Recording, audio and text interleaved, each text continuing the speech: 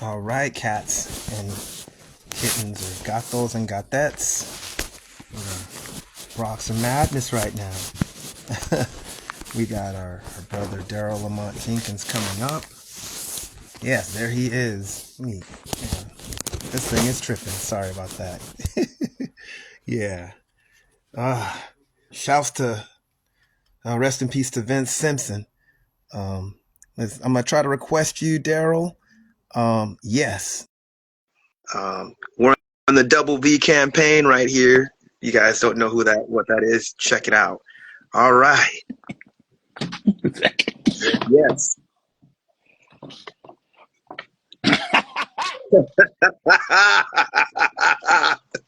Upside down. Upside down. Yeah. How's it going, man? Inside out and round and round. Round and round. It's funny, I forgot about that one, but I was singing the magazine song Upside Down. But yeah, I forgot. How could I forget that one? That's a classic, man. Yeah, I mean that's what Yeah, I grew up with. I mean, you yeah. got to bear in mind that Same here. I wasn't listening to everything just yet.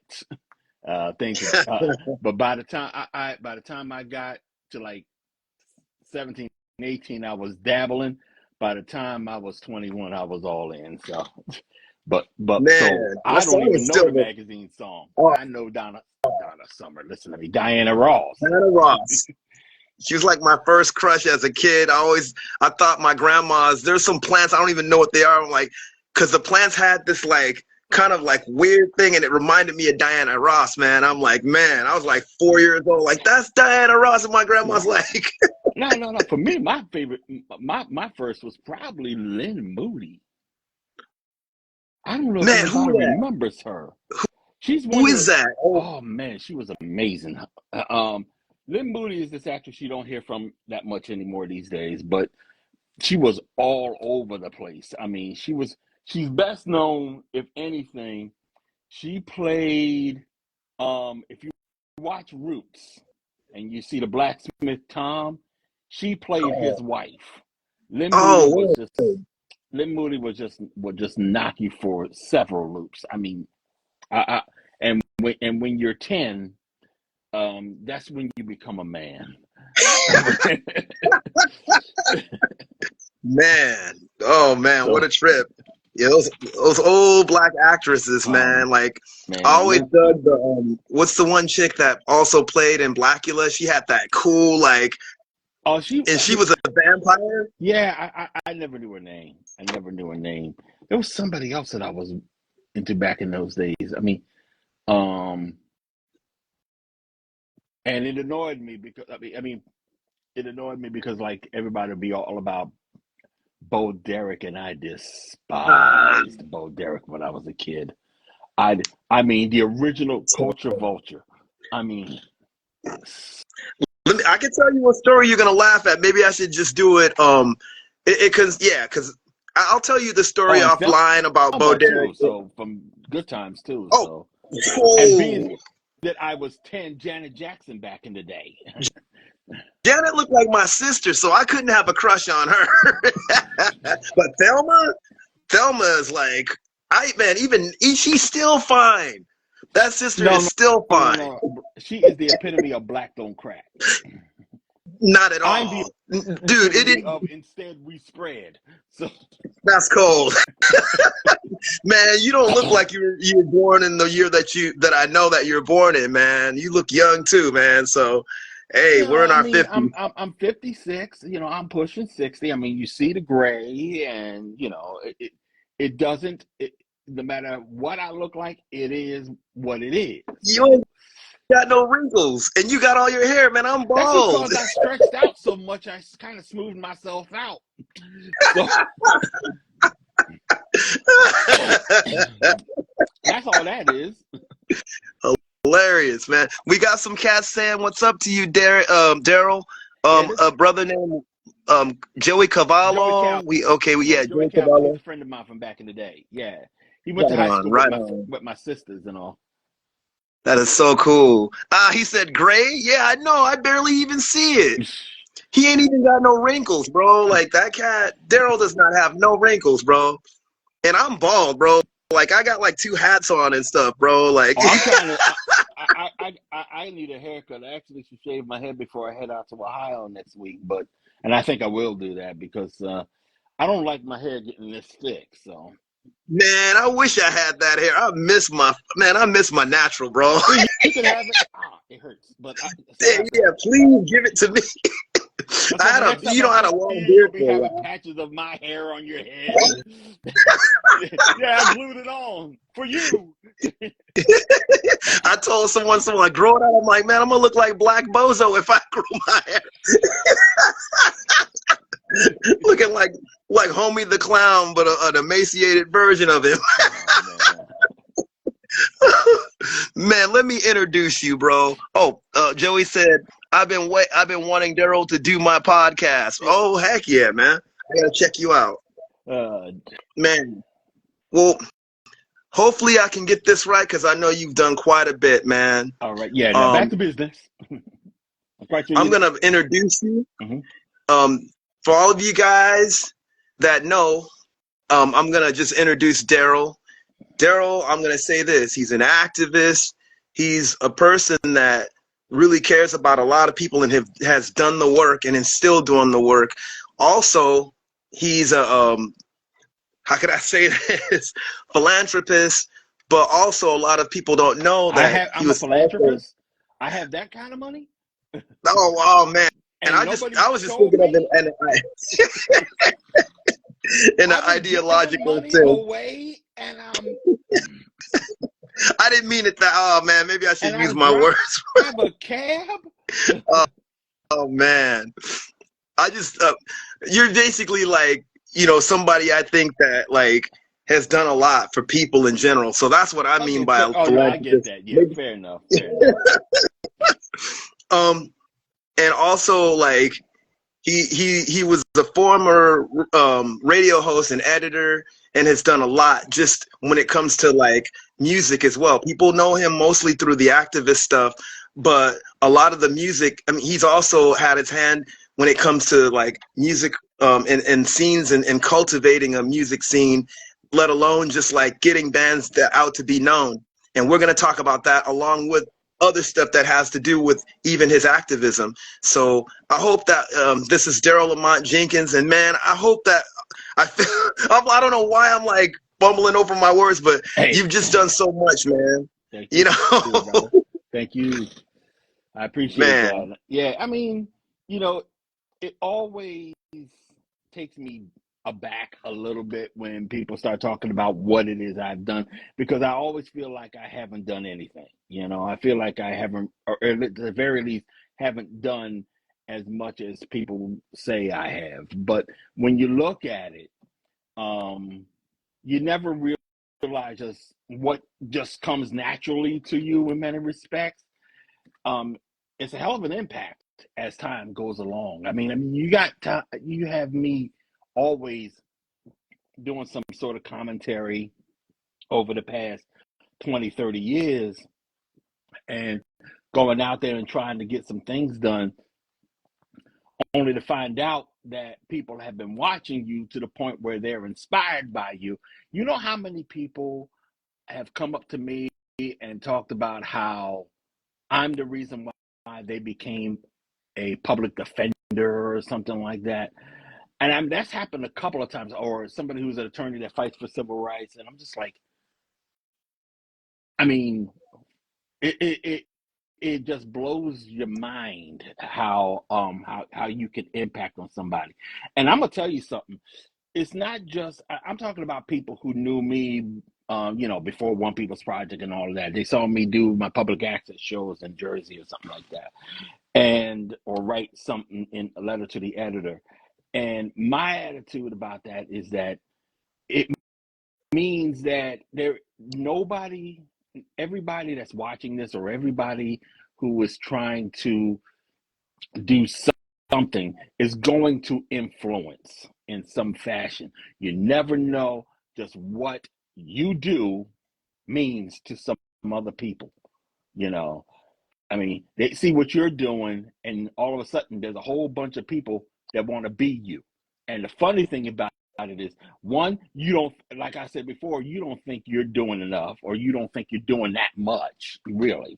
And number two, you start going to thinking about all the pain you're going through, all the things that get you depressed as you're doing the stuff that you do, and because you generally feel like, the work that you've done. I'm just being in general when I say that you're doing it because you're trying to survive.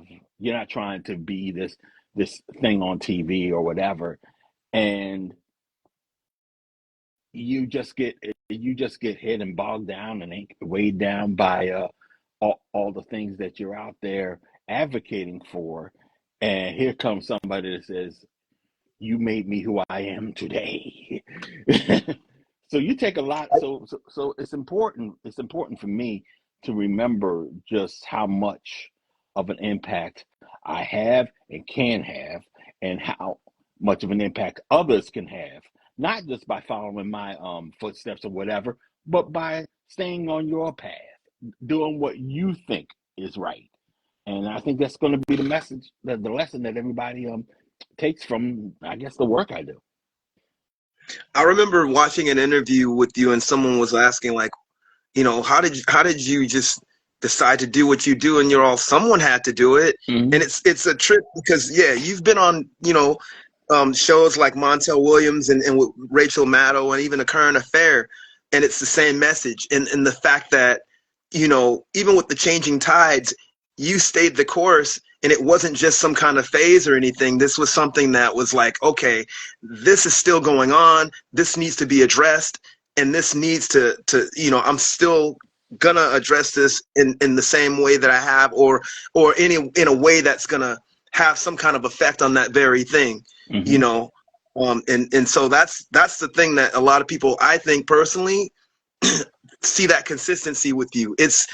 You're the same person on camera and off camera. Like you really mean it. And I believe that the fact that you care about people too, in that regard, to the point where, I mean, that movie Skin, I haven't seen yet. And I remember hearing about it years ago, but I had no idea. I know, I got to see it. I didn't realize that you had something to do with that until much later. I'm like, oh, shoot. Yeah. So that's like inspired off of a true story of someone, his name is Brian Witter? I don't know Widener, if I said his name. Brian Widener. Huh. Wow. Yeah, he was a former neo-Nazi and an enforcer of this crew that I used to go after all the time. And he needed out. He needed out. Him and his wife at the time needed out. And I helped him along. And that's a perfect example of what I mean by the kind of impact you may have on somebody. You may be considered the enemy. You may considered to be someone that's dangerous to talk to.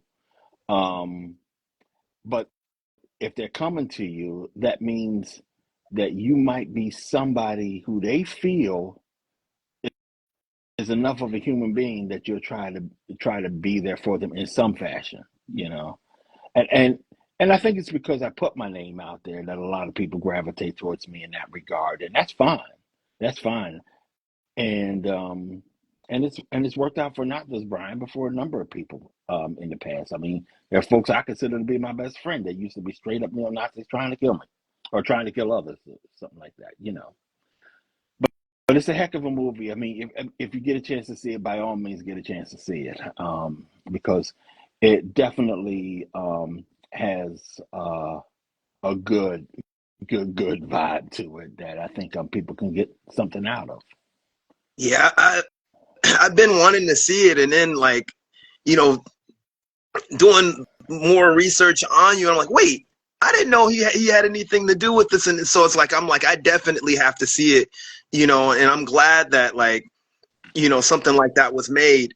I also was wondering, going back to, I'm gonna ask some things about just like your past in music and stuff too, and also come back to this subject with that as well.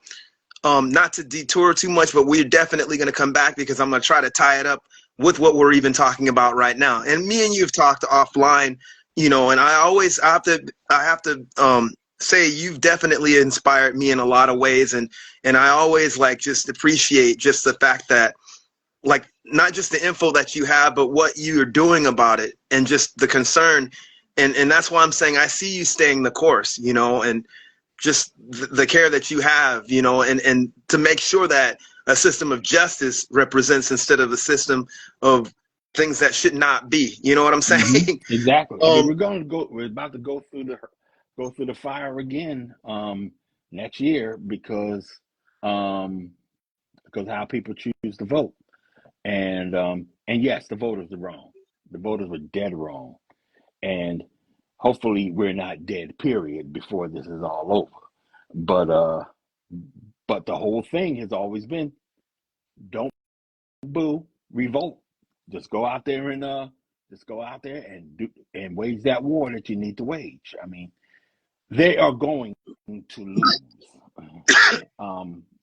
The MAGA crowd, the racists that come along with them, which basically is one of the same with that nonsense. But the truth of the matter is, they are going to lose because we do not want that as a people, and we have made it clear year after year, generation after generation. I mean, the fact of the matter is, we are a society that likes to evolve, not devolve like they want to do. We're not doing that, and we never will.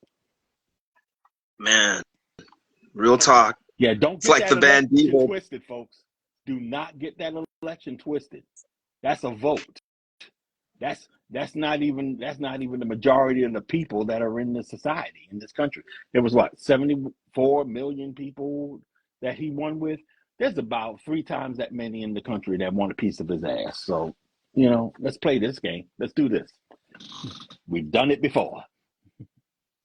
Man, it's a trip just thinking about even like the system at hand, even, I mean, beyond even just that particular party, which they're definitely on that even more just upfront about that. But like, it's just throughout not only just the past, but how things are even, I hate to say this, just like this oiled machine that, our ancestors and people like yourself have been fighting against, and I always ask those questions because like, it's easy to ignore certain things that exist, even when, no matter what party's in there, even when it's not so blatant. But that's the thing. We always have to be, and this is the thing I like about you, because you're aware of that. You're not ignoring any of that stuff, no matter who's in office. And that's the way we got to be on alert with that. And a lot of times you wonder how you could fight it. The fact that like they're trying to cancel our own history in school and stuff like that. One of the reasons I do this, I mean, I'm inspired by like a lot of people that are historians as well, and I want to make sure, even though, yeah, in the grand scheme of things, this is all music. But for me, I believe that there's a consciousness, and it's something that's familiar with me. And having conversations like this, because of even our legacy within not just rock and roll, but in music as well as just our existence, we've always kind of been, in the forefront of resisting and also bringing out what this country says that it is. I remember a pastor said, A.R. Bernard, a long time ago, this guy, he was a pastor I saw at the church that I used to go to. He says, this system is, this country wrote something higher than what it lives up to. And with that, I think we, especially as Black Americans, have made this country like live up to that, let alone all the other freedom fighters too, and it's still a struggle. It's a trip. It's a trip thinking about it. But I think when you start talking about the effort to try to keep us from teaching our history, the constant whining about being woke. Oh, I mean, man. Oh, I got a question about that too. Oh no. That's I so just funny. simply put it. I mean, if this is a show about music, gotta go to Fishbone. Yep. Servitude. Why? Why do you run? Our awareness has spoiled your fun. I mean, that's what it is. That's it right there. They are fighting the fact that we are aware and we are going to do something about them. I mean, that's what it's all about. They're not stopping us because we're wrong. They're stopping us Yep. because we're right. Well, Lead Belly told us to be woke decades ago. This is like, I think what was it? It's the 1940s, maybe. I forget the name of the song. How could I forget that? I mean, that's our word. Yeah. And so for me, Christopher Rufo ain't. I mean, he tries to define it. He's a lying devil. Seriously. When it comes to Rufo, when it comes to the Manhattan Institute in general, you got to remember that the group that he's a part of, Manhattan Institute, was started in 1977 by a billionaire and a CIA agent. Okay, Wow. CIA leader. All right, who went on to become a CIA leader, right, I should say. And their whole thing was to diminish the gains of the civil rights movement and move Black people into the suburbs, which would sound like a good thing. But when you consider that the political power base of Black people was in the urban areas, that's what they was trying to diminish. So moving aside of the suburbs that they still had control of at the time, would have killed that Black power base. So that's what that's all about. And it's where the Manhattan Institute is where you'll find people like Heather McDonald defending police brutality by at the same time denying that it's happening. And I mean, we'll be here forever on some of the stuff they're about, but the Manhattan war on Institute cops. that's such a lame on cops nonsense. I remember one time I was reading an article that she had written. We was people were calling out white racist extremism, and she said, yeah, the liberals are always talking about white racist extremism. Well, they better be careful what they wish for. So, and for some reason, she doesn't get called out as much as she should. That's okay. She needs to be called out. Well, it's just all that matters is that we're the one that we do it when we see it. That's all. That's what has to happen. That's how it works. If you see something, say something. Oh yeah, you have to. I was laughing. Speaking of another Jack Wrench, like Bethany Mandel and her definition of woke, and she got called out because she couldn't even define it. She's just writing about stuff she don't know about. I missed that. Man, look that up. I have to find that. I was laughing. I'm gonna hazard a guess. I could be wrong, but did she say something about communism or Marxism? She couldn't say anything. She could barely even get a word out. I'm gonna send that to you. Send it to me. I was rolling, dude. No, the reason why I bring that up is because that's always seems to be the fallback. Yeah. I asked somebody in Boston during a rally, one of the right wingers, that said he started complaining about CRT. I said, "What's CRT? Marxism." So stupid. It has nothing to do with that. Let's expound on that. How? See, that's what I mean. They're not going after you because you're wrong. They're going after you because you're right. And the truth of the matter is, you got to remember that no matter how many gains they get in a fucked up system that we have right now. So, sorry for cursing, but no, it's cool. But that's just the way it is. I mean, they are not trying to win people over. They're just trying to win. So they stack the deck wherever they can and just basically plow through everybody, regardless of whether or not we want what they're giving us. And scorched earth BS. Mm-hmm. That's satanic as hell, dude. Like Richard Spencer even said that too. Mm-hmm. I mean, I heard he said that in interviews and all that. That's just that scorched earth policy. That just, some people will call it Machiavellian. I just call it straight up evil. I'm not putting no title on it, like. I mean, even Richard Spencer is just a symptom of the problem because, I mean, there's so many people that come before him. I mean, now we're getting I'm getting into arguments with people, some of them black, believe it or not. I trying got something to to tell say about you that David Duke is not a racist. And that's when you realize that I'm not a racist to the point that it's pathological.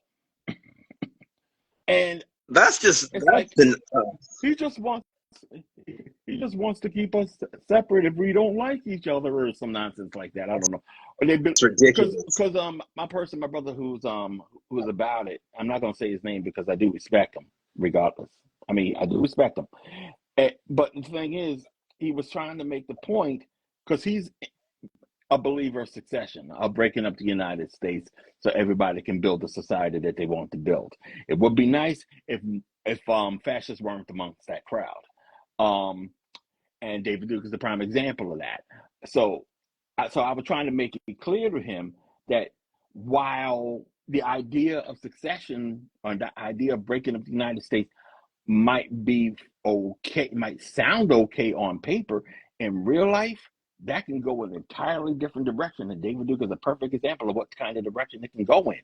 If you're not, yeah, go on. I always tell people this, and even some of my fellow Black people that might believe in that, I'm like, look, we've already been through that before. That's always a power dynamic, and we don't have the power to even do that. So it will lie in the power that it's always lied in. Also, I believe in autonomy, dude. Autonomy does not do that. And it's just ridiculous when people bring that up, and I always laugh because I got into it with some white nationalist guys that believe that too. I'm like, dude, what you're telling me has already been done, and we already know how that story went. And it hasn't been long ago. And there's still things that, communities that are separate right now.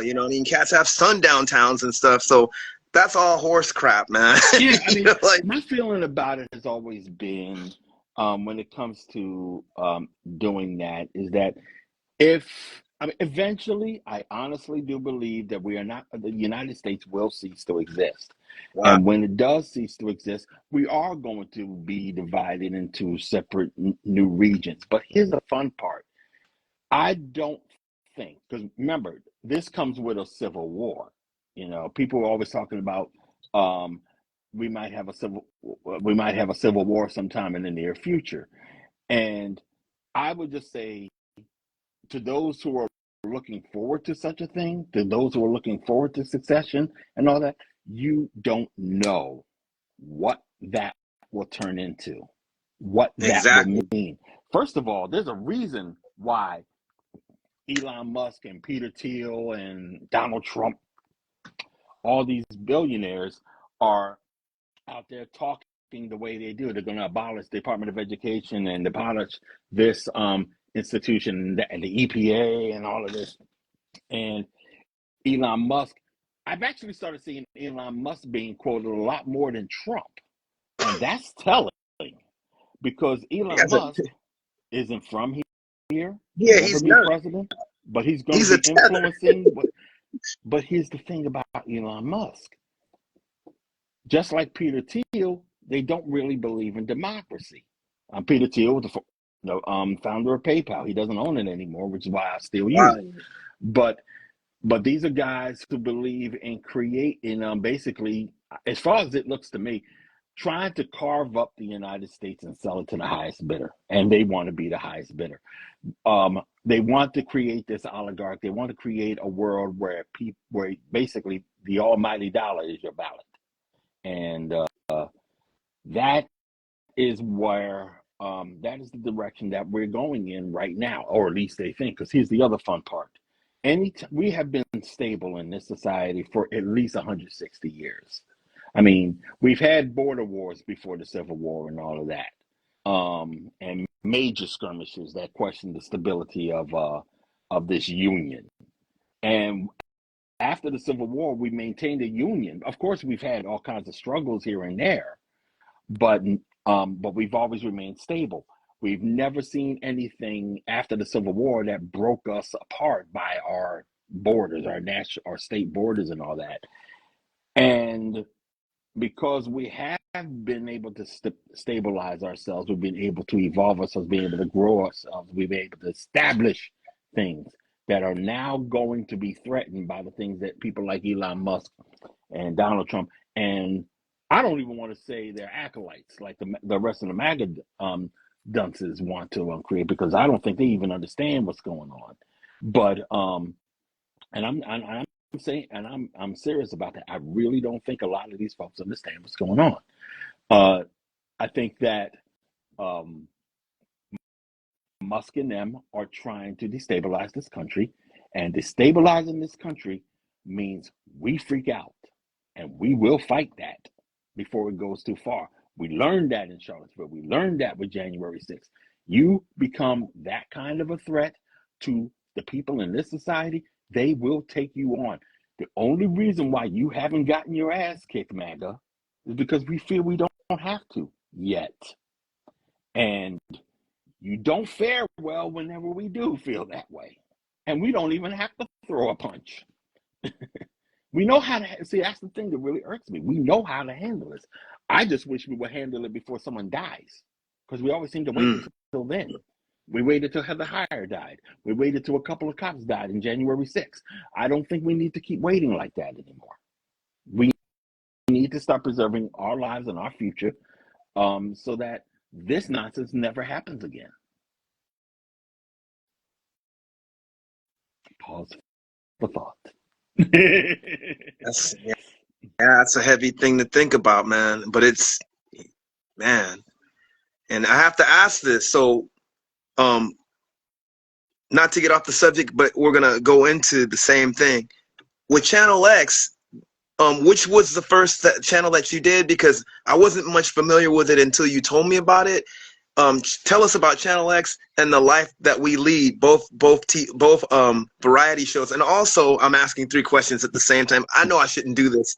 What was the thing?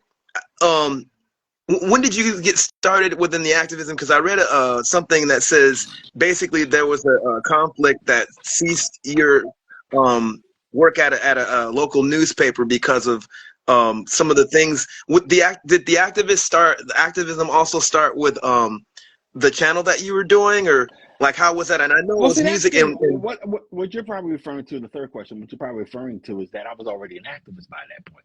I was a journalist, okay, and I was writing for a black newspaper called the City News, which is based out of Plainfield, New Jersey, and it started. My activism started the conflict with my objectivism, and it was. I don't even think it started to. I think it always did conflict. I needed to speak my truth whenever I was writing something, whenever I was putting pen to paper, and I don't think I was capable of doing that as playing the role of an impartial journalist. I don't think that was. I don't think I could have ever done that, and it failed. It failed for me. But once One People's Project started in 2000, thank the Lord for the internet, because then anybody could basically put up a blog or something like that and do what you need to do.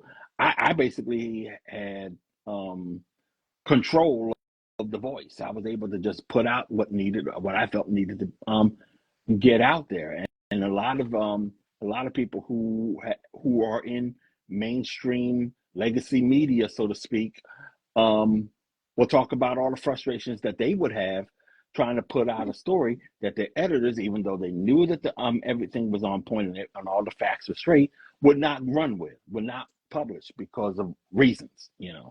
I didn't have that problem. I didn't have that thing getting in my way, and I'm glad about that. But but like I said, I've been an activist since, I don't know. I mean, I always say it was while I was in the military. Very bad place to start your activist career.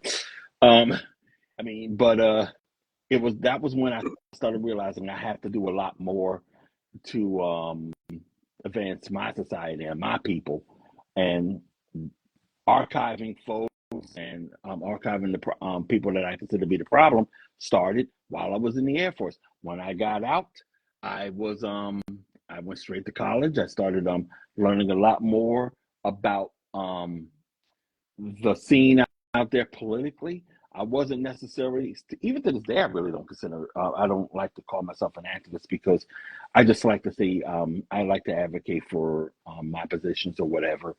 My first rally that I went to was the rallies that the daily rallies that was held outside the trial of the Italian kids that killed Yusuf Hawkins in Bensonhurst.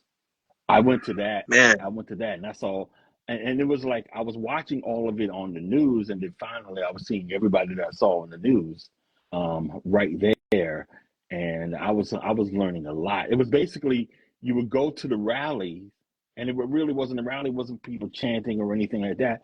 Everybody was just sitting outside, just chilling outside the courthouse, basically making their statements here and there. But you would go, but it was almost like a teach-in too, because it was like one dude will command the crowd on one side of the, I guess, plaza, and there'll be another dude talking about this and that. I mean, and I took it all in. And I just started learning from it and understanding from it.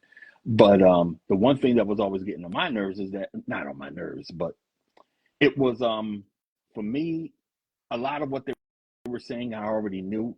I needed to find the bad guys. I needed to start dealing with the knuckleheads that don't agree with us, the ones that want us taken care of. So I started gravitating towards them just to find out what they were saying.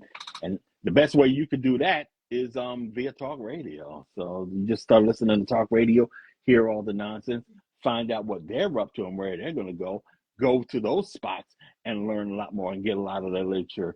I mean, I was basically, I just turned myself into like an encyclopedia of information for anybody that wanted to know what was going on out there. And this was well before I started One People's Project. So yeah, I always remember you we mentioned talked about Channel it. X. I'm sorry. You mentioned Channel X. And I should say about Channel X, that really is first and foremost where I'm at.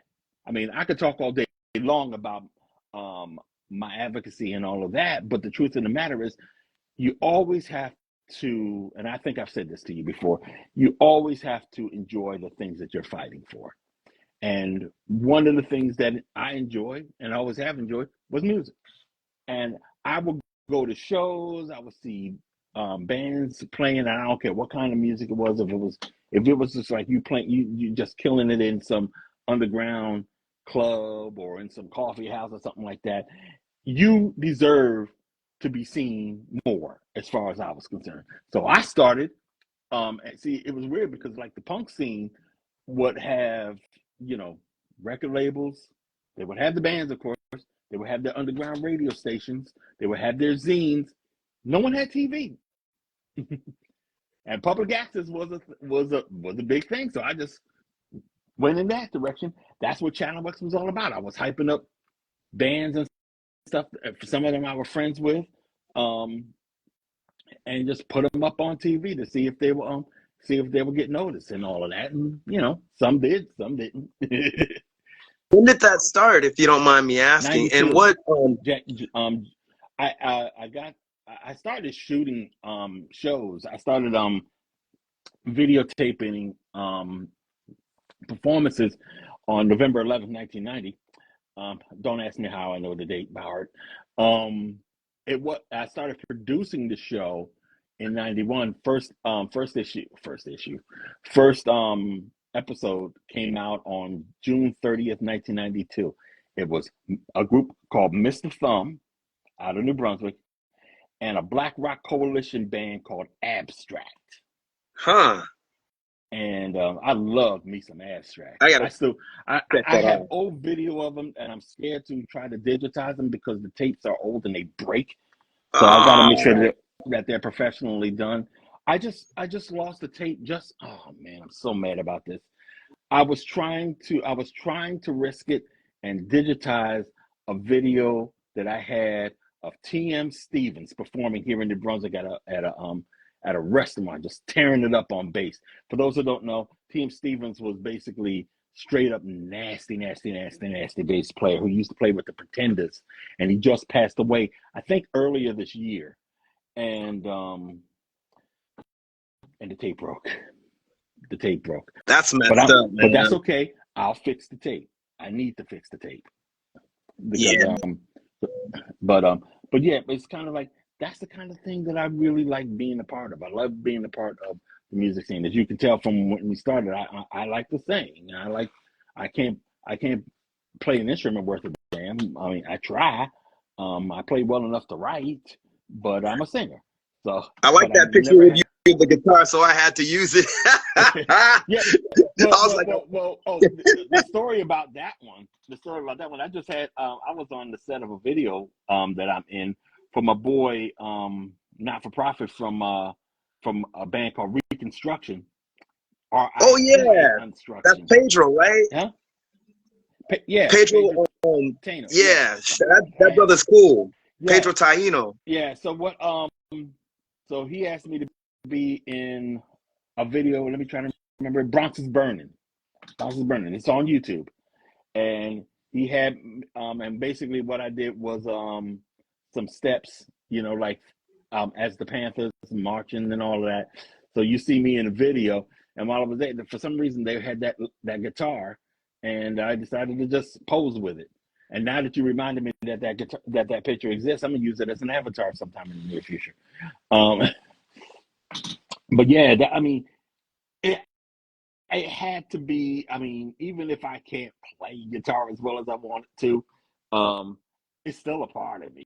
So, plus the bands that are on that guitar are pretty nice too. So, Yeah, that's so cool, man. As far as um, like what was your catalyst in just even putting that channel together just to get those bands out, yeah, or just really, that's really, pretty cool. that's all it really was. I mean, I see these bands. I mean, you got to think now. Um, I wasn't a fan of MTV. Um, I always been so I didn't care too much for what they was having, what they had to offer at the time. And plus what they tried to do to us when they started. Yeah, Um, that was lame. um, for those that don't know, MTV had a no black artist Yeah, policy. Somehow Michael they changed started. that. Um, Rest in peace to Michael Jackson, man. He changed that. yeah, because Columbia Records said you do that to him, and we're just gonna take all our videos off of their station and see how you do. But what happened was, so we got sick and tired of seeing what we saw on MTV, or at least I did. And I'm sitting here in like dark ass basement shows. Everybody just tearing it up, everybody having a good time.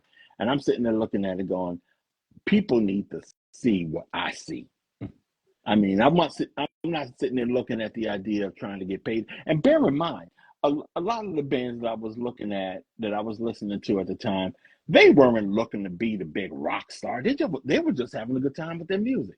It was that's all it was about. But my attitude was no reason why people can't hear you shit. I mean, and people were cool with it. And there's some bands that I really wish um, got bigger.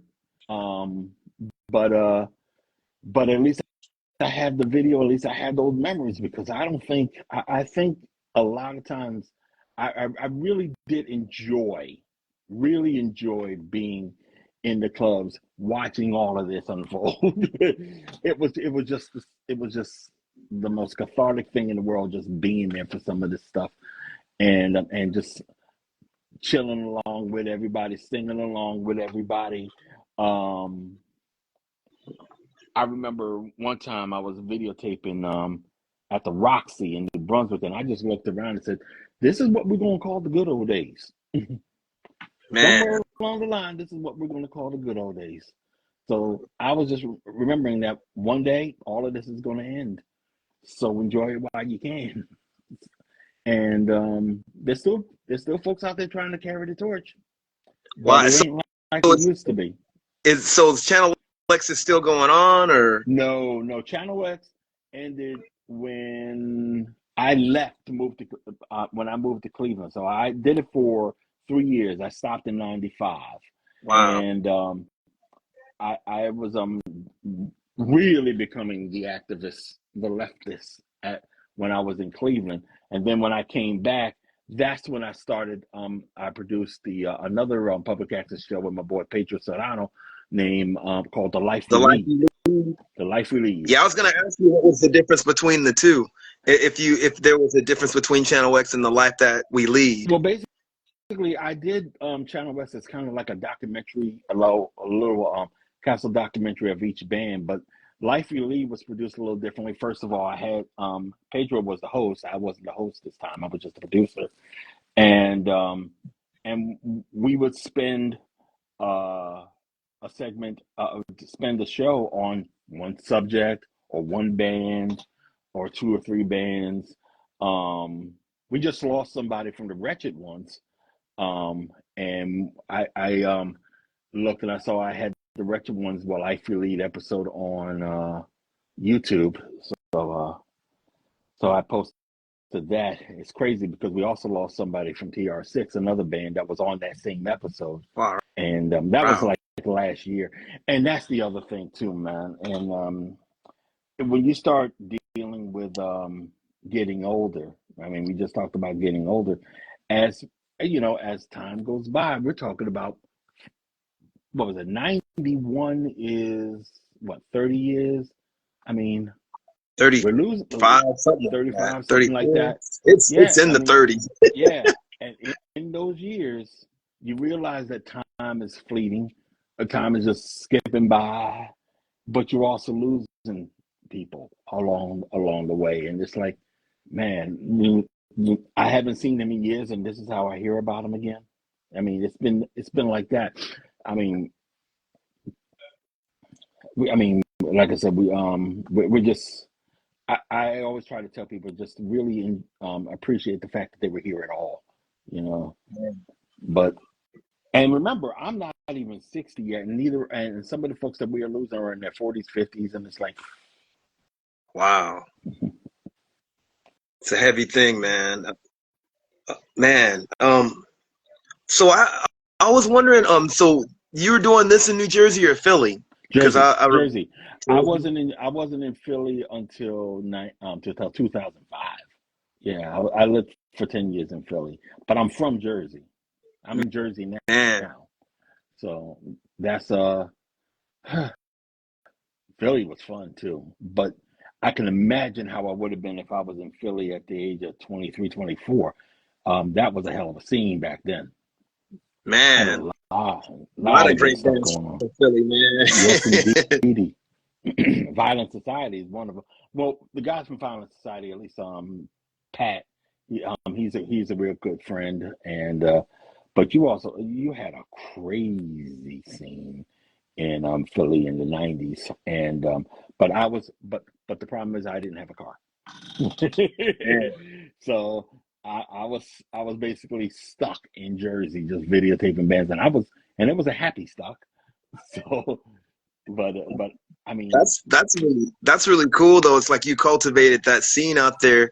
One thing that I was gonna ask, as far as even the work within the activism thing, when it comes to music, um, versus like from back then, especially the late '80s, early '90s to now, um, there's the that this whole like lately in the last few years, and it seems like it's getting more momentum, kind of like a lot of this whole white power stuff back then was this National Socialist black metal stuff, and then you see some of this stuff is kind of been coming to the forefront, trying to be, and people I've seen comments online, they try to pretend like it's some anti-hero thing, or like, you know, just some sort of like anti-politically correct, as if it's so edgy. Would you say like that white power movement within that back then um versus like is was a, I'm so sorry, the whole like stuff going on now is bigger than it was then, or is it just a different avenue that has made it more available because of the internet? It's I just think it's kind of because of the internet. interesting. I think that a lot of what you're seeing today is more or less a Hail Mary, because I mean, as they grow, we grow, but we have been growing faster and we've been growing larger because we wanted more, really. They had a lot more going for them when no one was looking at them, but we're all looking at them now. So they can't really get away with a lot of the stuff that they got away with back in the 80s and 90s and all that. Their shows get shut down. Their shows get shut down sometimes. Montreal just had a show last night where they basically try to cause all kinds of grief to an SBM show that they was trying to shut down. And instead, they just came out in mass and made it clear that, okay, you have your show. You got to come out sometime. Yep. Got to come out the venue sometime. That's why the cops are saying that. Yeah, they do have to come out sometime, and and we'll protect them. It's But just weird that because you can't it's protect like, them. You know, no, so no, you can't that's protect them pretty when they cool go though. home. You can't protect them Yeah. when they try to sell their music. You know, I mean, I shut down several shows over the past 10, 15 years because the bottom line is they're out there trying to spread a message that's incompatible to society in general. I mean, they want to hurt people. They want to be about causing as much harm to their society and this people, and we're not going to let it happen. We're not going to let it happen, especially since it's us that they want to do something to. So that's how we dance. I mean, I see Jay Boxcar is watching this. Hey Jay was a one-time drummer of a group called Inspector Seven, Wow. ska band based here in New Brunswick that really was a gut punch, especially the way he drums. I mean, love his drumming, but it was just like they were a group that really tried to make it clear that we wasn't going to be about that racist BS, you know, and they wasn't and they weren't kind about it. I mean, basically, Inspector Seven's music was a soundtrack to an ass whooping if you were a Nazi. So Awesome. It's just so funny, like when I've and a lot of especially these old punk boards or like, you know, I'm on a few metal like pages, and just to see like cats just, it's almost like they have this thing where it's just like, oh, to be basically like, you know, anti-PC or anti-woke, I'm putting that in quotes, is the new rebellion. It's the new punk rock. You know, the very thing that a lot of punks were rebelling against even back then. The National Front tried to ruin everything with that back then. I mean, we had Rock Against Racism, and even when it comes to like, you know, America, there's movements that happen out there. Out here that were anti that, and it's just it's like, like the attitude is. I mean, look, we have seen it all before, and it will be fought just the same way. When the National Front tried to co-opt the skinhead scene, we fought back against it, especially when it got ended up here in America, and we came up with Skinheads Against Racial Prejudice, sharp. yeah, So the problem that they have when they say they're anti-woke is the new punk rock, the kind of whack out shit like that. The attitude is you wouldn't even have punk rock if it wasn't for being woke. exactly. You wouldn't have a lot of the stuff that you enjoy if it wasn't for someone saying we are going to do opposite of what it is that they're doing now. And the whole thing about being anti-woke is going back to the things that we fought. I mean, it's a really stupid routine that to try to say that try to deny people that gave it to you. I mean, that ain't gonna fly. It's not gonna fly. It's just so funny because it's like people look at punk, you know, because, you know, yeah, it's nihilism. There's a lot of that in there, but at the same time, even back then, like there were people, as much as people kind of talk crap about Jello Biafra, he was one of the first to talk against like wearing swastikas because of the reality of like, you know, what that meant, you know, and of course, you know, it was interesting to read that article that Lester Bangs did, not only calling out racism in that scene back then, but even calling out his own, you know, weird racist type BS that he had to call himself out with, you know, even talking about Ivan Julian and all that, and his response to him, you know, and it's just a trip. I look at punk, it's just another era of activity, but and we're, you know, you got these people that claim to be so rebellious, but yet they just want to troll. Not all punks like that, obviously. No. I've been into punk since I was a little kid. I was a punk rocker. I still think I am. But, you know, it's just a trip to have cats that are just doing stuff just to do it. And they think that it's punk just to be, or edgy, just to be like, you know, like racist jokes and all this stuff. And like the whole anti-woke BS. And the reason why the culture exists the way it does is because it is comprised of people who were told that they don't belong, Yeah. in the mainstream of society, that you can't do this, that you can't do that. And they created a culture in the society that said, yeah, we can. And along comes people who want to spin that around and turn it into, well, they tell us that we can't be Nazis. So I can join y'all, right? No, there is, there are disqualifiers. I mean, it's not 100% when it comes to that. I mean, I'll be real with you, because the moment you come in as a Nazi, it's like you're trying to basically introduce the things into this culture, into this scene, what we were getting away from. You don't want us in society. You don't want us to be a part of the bigger culture. So we created our own. Why are you following us? Yeah. I mean, it's just like folks who go to folks who wanted to take over, the Nazis that wanted to take over Twitter, getting mad because they say, "Fine, we're going to Blue Sky," and then they come over to Blue Sky to start some crap. It's like, no, you wanted your little space, you got your little space. You come over here, we're gonna handle you.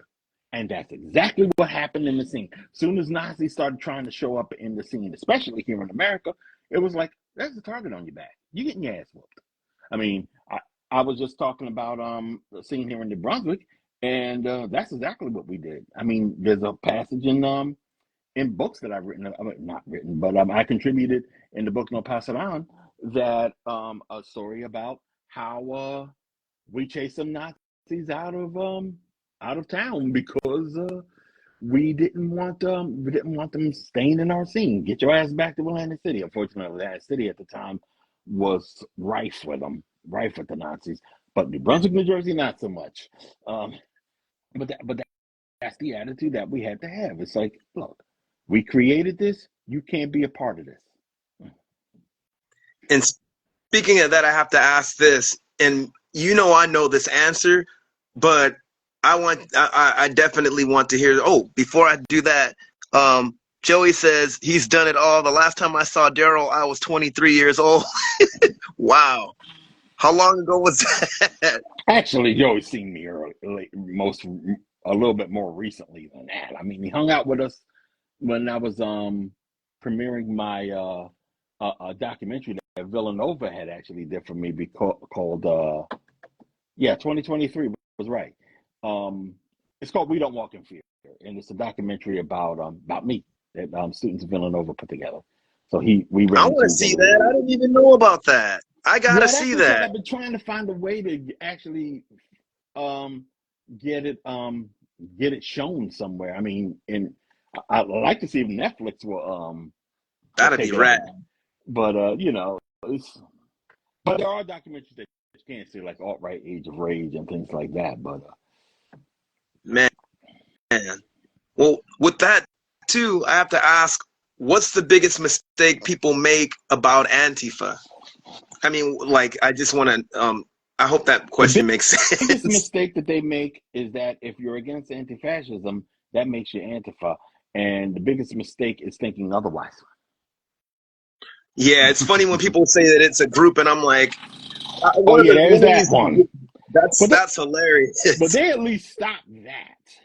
They at least stopped that. I think that was really just a gimmick on the part of the right to try to justify targeting people for their beliefs. Because when I was in Niagara University last week, I basically said that they was trying to make Antifa a terrorist organization when we're not an organization in the first place, Nope. and they're trying to make Black Lives Matter a terrorist organization. Yes, Black Lives Matter is an organization, but it's also a feeling, it's also a belief, it's also an understanding. It's a So basically, what they were trying to hashtag, do, really. You know. well, basically what they were trying to do was try to criminalize anti-fascism and the idea that Black Lives Matter, and that's what I told the folks in Niagara, and that's and that's how you got to look at it. Now, if we create our own scene, we want to keep if we create our own scene that promotes that idea, That doesn't make us an organization. It just makes us um, the creators of a certain culture that is separate from whatever the hell it is that they're trying to promote. And that's that. Yeah, I was laughing at some YouTuber talking. I mean, it was just total. You could tell that this guy was one of those clowns, those like CTV or Fox News cats that are just like spreading misinformation. Groups like Antifa and this and that. I'm like, dude, first of all, Antifa's not a group, man, and it's the same thing. Black Lives Matter was pretty much, from what I know, is more of a movement, not just Mm-hmm. and some people will even separate the movement and the organization. Like I know people that are involved with that. We're not that organization that you guys are talking about. We're a movement, and they're actually doing work in the community in LA and stuff like that. I've been to a few of their meetings when it comes to like just like seeing what's going on in the community, and a lot of them, they're doing a lot of things when it comes to like not just protesting but helping different people and stuff. So it's interesting when you have cats that are not a centralized group that they're trying to make into that, Because it's the only way they know how to fight. It's really the only way they know how to fight. And when you take that away from them, it's smooth sailing for you. That's just the real about it. Yeah, it's a trip, man. One thing I would say, I mean, I was wondering about Channel X. Did you ever mix like what you were doing as an activist, even though I know you were active since like the late 80s? Like, did that ever come out within Channel X and like the Life You Lead, like those It's shows? weird because no. I mean, one would think it would, but I just really just kept it about the music and kept it about the acts that I had on the show. Same thing with the Life We Lead. Pedro didn't want to jump into any of the political stuff to begin with, and I don't blame him. But and because neither did I. I just wanted to just be about the music and everything and that. But I was trying to produce another public access show called Damn the Conformist, and I just never got it done before I headed on off to Columbus, um, and I just gave up on any kind of videotaper for a good long while. Um, but no, I kept it about the music for the most part. Uh, Now I have to ask you, especially with punk rock, what band got you into like punk rock music? And I read that like after you got out of the military, like that's when you were getting more into the scene. Were I there wasn't any in the bands even scene. before That was that? the weird thing. I didn't get into the punk scene. I just, when I got out of the Air It's good Force, though. Sorry, well, I'm like, man, I don't know, like it was hot, now it's cold. it's Sorry about that. no worries, no worries. I mean, I could tell you what got me politicized, while I was in the Air Force. Um, I know I told this story before. Um, it was August 11th, 1988. It was and that's actually the anniversary of hip hop. I forgot what year, and it was actually the actual birth date of a Nazi that I chased after around here in New Brunswick by the name of Paul Miller, who calls himself Gypsy Crusader online. Um, he was actually born on this day that I went to one of the greatest shows that I ever went to. It was Stetsasonic. I was serving in the military with Daddy-O's father. I mean, No sorry, way. Daddy-O's brother. Daddy-O's brother. Um, What? yeah, I mean that. So I at least got his autograph, and I think Delight's another rapper that was in the group. So you had Stetsasonic. It was a Run House tour. Stetsasonic, EPMD, Public Enemy, DJ Jazzy Jeff and the Fresh Prince, and Run DMC. Public Enemy made me realize I was in the wrong business. Remember, I was in the military at the time. I was like, I gotta get out of here. I've got to go. Man. And I got kicked out a couple of months later. So, and I think when it comes to the punk scene was that what got me into listening to punk was suicidal tendencies. That That That was was the the band, first. and there were more. And I think for me, there were more because I was starting to get. I was into metal a lot at this time. So, and Suicidal was more of a metal edge than it was. I came into them. I got into them with um, How Would I Laugh Tomorrow? I Can't Even Smile Today. That album, I remember rest when in that peace, album came Peep out. Dope. Um, um, and then, but then my first show was um, in Piscataway at one of the student centers, and it was at Rutgers University, and that lineup was Frozen Grin, the Bouncing Souls, a group called Loose, Shades Apart. Huh. Yeah, Shades Apart. Yeah, Bouncing Souls just tore up the place. I mean, that was and that's what I needed to see. I was done when I saw that show. I was like, yes. Weren't they on one of your guys' shows too? Because I saw the Yep, video. yep. I think it was, yeah, I saw that video. They were killing it on there. Yeah, it was Man, on both Channel X and the Life We Lead. man. I would always hear about the Bouncing Souls like back in the day. I don't know if I ever saw them though. Like, yeah, the LA, especially like out here, Hmm. especially when it came to ska punk bands too. Like in the early '90s, that was a thing, big time, and just Yeah, yeah, man. were my Suicidal was first. the very Yeah, they um, were my first. They were my first punk show. I mean, Bouncing Souls was my first punk show, and it was only maybe 6 months after they started. I think they whoa, started in October. No, they started in October '89, November, December, January, February, March, April. Yeah, and I saw them in April of '90. man. So you A couple saw months them like later, right when they were hey, fresh out of the oven. well, try this one. A couple of months later, I was at the New Ritz, which used to be the old Studio 54, and I saw Suicidal with Robert Trujillo playing bass for him. Wow, cool And dude, by the way. I would love to meet him and just pick his brain. I Dude, swear. I've met him twice. First was on Fairfax and Keith Morris. Shouts to Keith Morris from the Circle Jerks. Both of them were just chilling at Just saw I them was at play the too. Ethiopian New Year parade. They were cool. And then I saw him at the Magma show, and one of my older students and I were talking to him, and he took a picture with one of my older students. So that was really cool. Robert's really down to earth, man. Yo, he's I've such a only met him badass. His twice. son is a badass. His son plays too. His son's in Suicidal now. I didn't know that. Wow, I've been out of the loop. Oh no, no, no, no!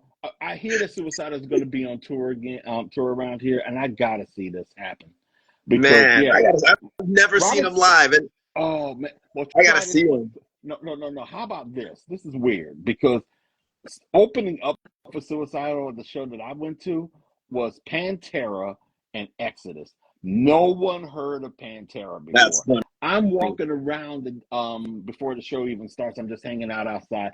I actually walked past Phil Anselmo. I didn't know who he was. I just said what's up, and he said what's up back.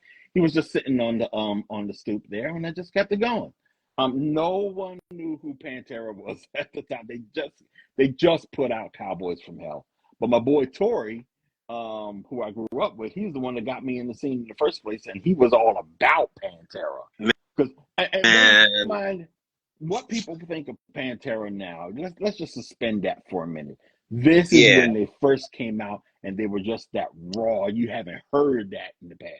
You never I heard like that Vulgar before. Display of Power, like some of the, This like was maybe before one or two that. songs on Yeah. that, but I was in the death metal at the time when they came out, so I was like, all right, Oh man, but I yeah, mean, there's so much that was coming out at the time. It was just coming out of this. They was actually while everybody was setting up stages at the Ritz, they was playing Death Angel and videos for Death Angel, and I'm just like, yeah, I'm home because I was just like a couple of months out of the Air Force at this point. And I said, I feel better now.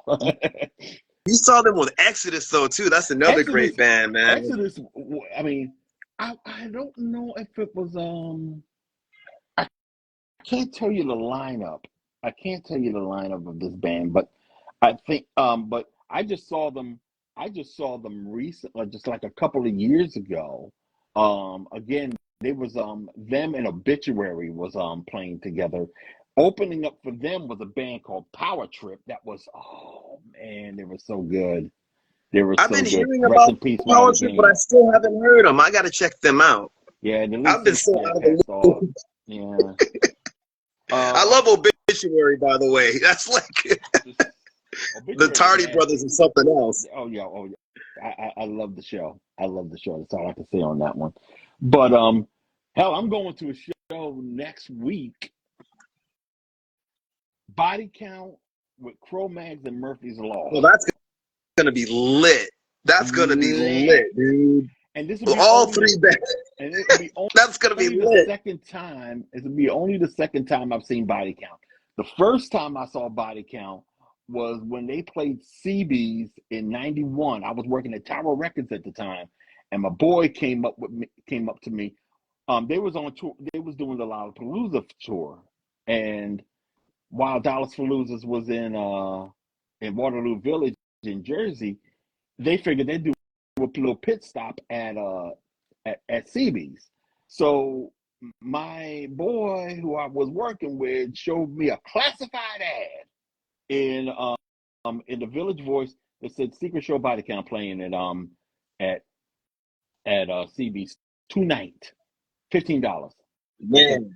Okay, lunch break. We're going over there right now. We went over to CB's, got our try this. We went to CB's, CBGB's for those who don't know what I'm talking about. We went in there, bought our tickets, looked over, Ice-T's hanging out, said, "What's up?" and then just kept it moving. So cool, man. I'd never seen them either, even though I was into them back then. I remember one of my friends saw me at school. I'm in high school. This is like the very early '90s. He's like, "Man, have you heard Ice-T's like, a punk band?" I'm like, "Huh?" And I knew I remember Ice-T in an interview saying that he was in the Black Sabbath and stuff like that. I'm like, I didn't know he had a band. He's like, "Dude, you gotta hear this, man. I saw them at Lollapalooza." I'm like, and then a few months later, I hear like, there goes there. I'm like, wow, this is dope. And then the video comes out. My mom's all, "That kid reminds me of you running around in the video," because I used to have a shaved head and boots and stuff. Like it was just funny. If you see this video of them performing, I'm at the front of the stage. I'm at the front of the stage. You can see me. I'm kind of like blurred or pixelated out, but you can see me wearing my little security police beret that I wore when I was in the Air Force, and while they were singing "Cop Killer," no less. But it was so much. I had such a good time there. CB's was a hell of a venue too, by the way. I just wanted to state that for the record. It was a great venue. It was a nice place to just hear good music, and then it's no more, and everybody was like, "Fuck." So, but that's how it goes. Could have been. I came real close to going. Man, sorry, my head's all the bands that I've seen in that spot. I mean, 24/7 Spies was like one of my favorite shows, and you guys are awesome. Yeah, it was. I don't know. I think Fishbone played CB's. It wouldn't matter because I never saw Fishbone play until sometime last year at Punk Rock Bowling, and got a chance to talk to Angelo. But it was a great time to be alive back then, man. It was really, especially seeing the old Black Rock Coalition bands that were around at the time. Man, what a time for music! If you want to talk about what inspired me to start the show, the Channel X show. Yeah, like I said, definitely. I'm seeing all those bands just killing it, and no one's seeing them, and I'm just like, nah, you gotta see what I see. So most of the time I was in the scene, I was like with my video camera, just making sure that I documented everything, and I am not ashamed of that, man. And that's real cool, man. Like I think I'm sure some people were like, that probably didn't know like you were involved in the music thing, were probably wondering like, whoa, he's gonna be on this channel. And I remember we were talking about this, and for me, I definitely wanted to document that and seriously like just get that out there as far as like your work even with the scene out there and just being that cultivator, because that stuff is very important, and I like to cover brothers and sisters that have something to do with that.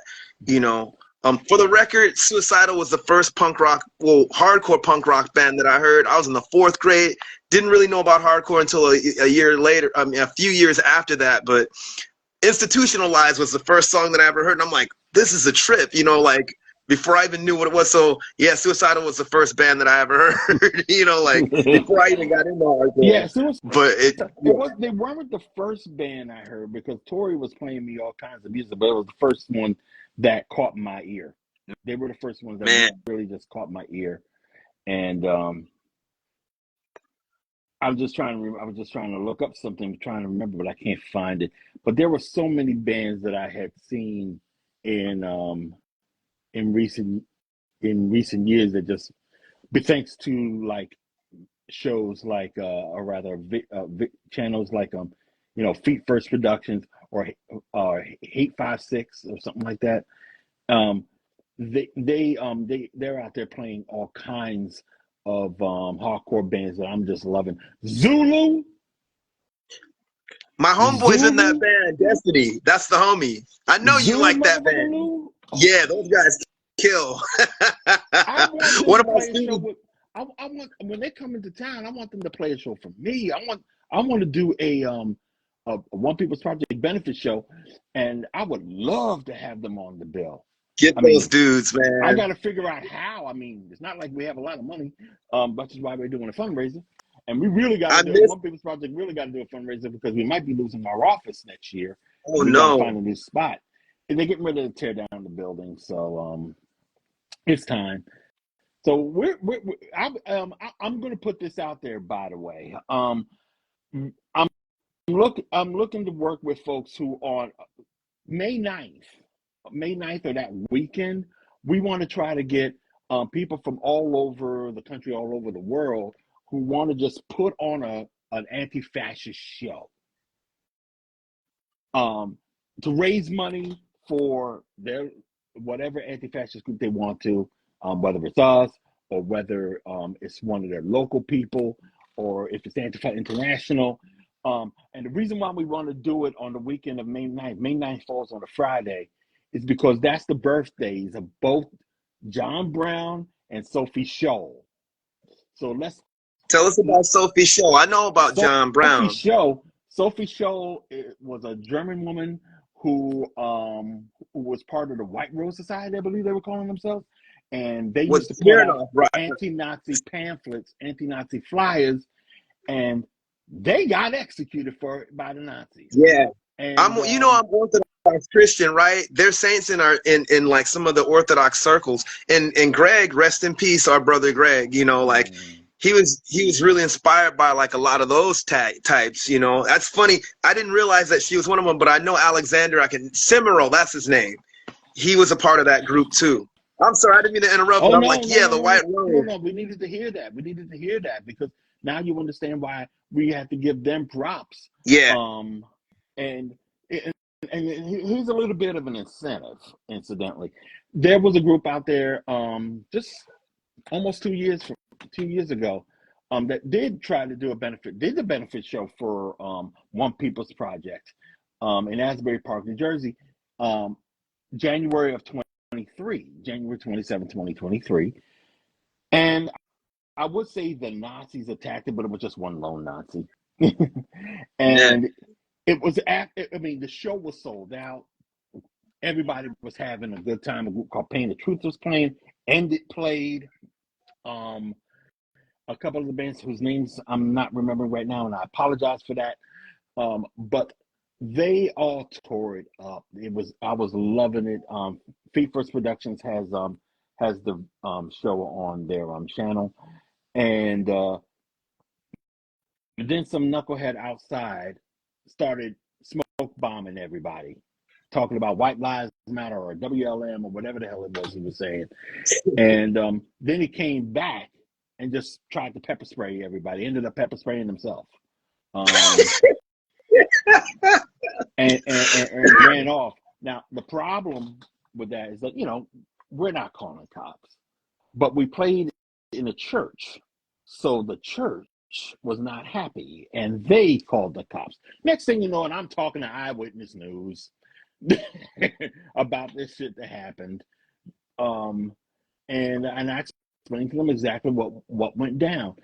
But that made it a big deal, and they ended up arresting this dude, and his name was Nicholas Mucci, and he is now doing 8 years for attacking our show. Good. 8 years. Good. He's a stone cold piece of shit. I was sitting in the courtroom watching him as he pled guilty, started crying and all of that, and whatever. And I think he apologized to the cops for wasting their time or something like that. I didn't expect him to apologize to me. He says, "No apologies needed. You get your ass in the penitentiary and go to hell for the next 8 years." But he was scum. He was total scum. But again, it should be an incentive to folks, because that is what they're trying to keep us from doing what we need to do. And we got to send it out there and let them know that they can't. So if anybody wants to do something on May 9th, or at least that weekend, let's just get together. Tell me what you want to do. Tell me what bands you want to put together, or just set up the show and let us know that you're setting up the show. In the spirit of this, and we'll hype it up on our website. Sounds rad. And we're running. I know we've been running for a while now. It's almost midnight here, so. I'm so sorry, man. Yeah. So I'll definitely. Joey says, make sure I got my whatchamacallit in there. My the contact information, so anybody wants to find out. Oh yeah. Yeah. We want definitely like to for you to give all the info that your social and stuff too. Eric's what did he say? Joey says, I'm so sorry I missed this. I've had Eric Essex on my podcast, and he did Ain't No Sunshine with Ruben Stuttered. Stuttered. Oh, no way. Ruben sang? That's awesome. Wow. Someone says, lost the volume. I hope you could hear it now. Oh, there we go. They got it. Darryl, reach out to me so we can promote it through my podcast. I'll talk with Joey. I will talk with Joey. I prefer to survive, but yes. To the host, my podcast is on YouTube. Yes, send that to me. Dega said my mom is a 2nd degree black belt for a reason. Oh shoot, let me see. This thing is tripping. I don't even remember what I said to get the responses, but I'm sorry. I was like, I'm just catching it all late, man. I'm sorry, guys. That's my fault. Yes, it is, Darryl. Keep watching. Eric Esses is a smooth jazz guitarist. Far out, man. I mean, I'll be honest. We only do rock and roll here, but hey, send it. I check out what you do. And Darryl's a part of this rock and roll thing, man. That's why I have him on here. Plus, all this stuff he's talking about is very important. Yeah. Shoot. Well, if I know it's getting late, and with that, man, I want to thank you for even making the time, especially I know you've been through a lot and stuff, and just I didn't want to bother you too much, but I'm glad that you made the time for this. Bother, man. You are never a bother, so you can always hit me up whenever. Man, 2 things I always ask people to do: give your social media and links, and also give us a word of wisdom as we close. Well, I will tell you straight up. Let's get to the social media stuff. First of all, One People's Project is onepeoplesproject.com. Idavox, IDAVOX.com is our newsline, named after Ida B. Wells. Both of them have Instagram pages. at idavox.com, at idavox rather, or at One People's Project. You'll see that on Threads, and you'll see that on Instagram. We also have One People's Project TV on YouTube. We're on Blue Sky, One People's Project.bksy.social and idavox.bsky.social. I'm on all of these too. D. Lamont Jenkins here on Instagram. D. Lamont Jenkins on Threads, and doj.bsky on Blue Sky. And as far as I'm concerned, that's all the social media. Oh yeah, and on Facebook, just look for me. I'll be around. I'm around somewhere, and so was idavox and One People's Project. And that's pretty much all the social media I'm going to hype up. Now, in regards to some words of wisdom, I said it earlier. We're out there, and in this show epitomizes exactly what I'm talking about. While you're out there fighting, while you're out there doing what you got to do, always remember to appreciate the things that you're fighting for. You're not a robot. You're not going to be always in the fight. Sometimes you got to pull yourself out and smoke a nice little fatty, and I don't even smoke when I'm saying that. And just say, you know what? This is why I do what I do.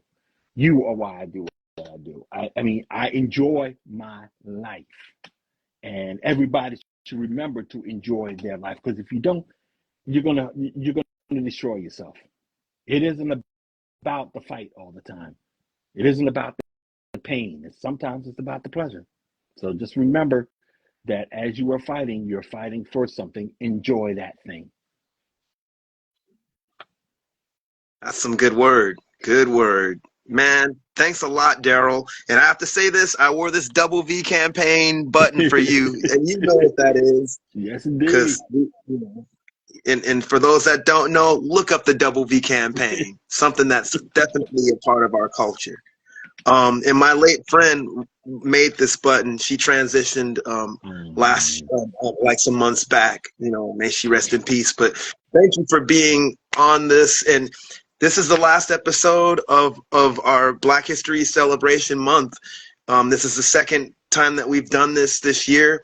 We're making it it's like a national observance, or a worldwide observance. So this is our second year celebrating it. And thank you for being the finale guest. I'm the closer. It was an honor, man. Like, seriously, and it's always great to chat with you. Whether I think I interviewed you like some years back. You did. When I'm sitting in my car. Yeah, I was in my car too. It's still up on YouTube. I know my channel got shadow banned.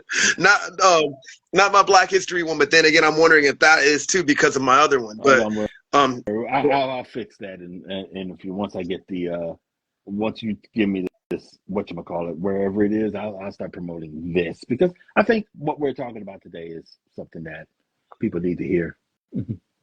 Otherwise, it wouldn't be. Definitely, man. I really appreciate you, man, and keep doing the great work, man. It's inspirational, and just you're continuing the work of our ancestors and like a lot of the other freedom fighters, whether it be through our lineage or not, that had the same goal. And really appreciate you, man. Thank you. And also for sharing us about your music history too, because right. I definitely want cats to know about that as well. I do too. So I'd rather talk about music than I do politics. Let's just be real about that. I may not be able to. It all goes hand in hand, I think. It all comes together at some point. I mean, I'm happy to be here. Yeah, man. I love documenting brothers and sisters that have, whether they're musicians or just had something to do with cultivating a scene, or something that, like, I have my homeboy Donovan. You guys should meet. He had an Access show himself, but he's a musician. But then I've had other cats like my friend Amazon. She does Punkdemic. Check her out. And just I love highlighting like a lot of. To me, Black History of Rock and Roll is highlighting not just the music, but those that are a part of cultivating the music too. And you definitely have been that, And but man, But I know it's late. The all right. werewolves are probably gonna come out. Yeah, But man, it's thanks been a again. day. Man, thanks a mad lot, and thank you guys for coming out. All of you guys that came out and rocked with us. And I'm gonna sign out. Peace to all of you guys. Peace and blessings. Best of me, Memphis Cadusa Hadum like I mean, Black History of Rock and Roll, Black History of Rock and Roll, Black History of Rock and Roll. Peace. Thanks, bro. Thanks, Thank man. you.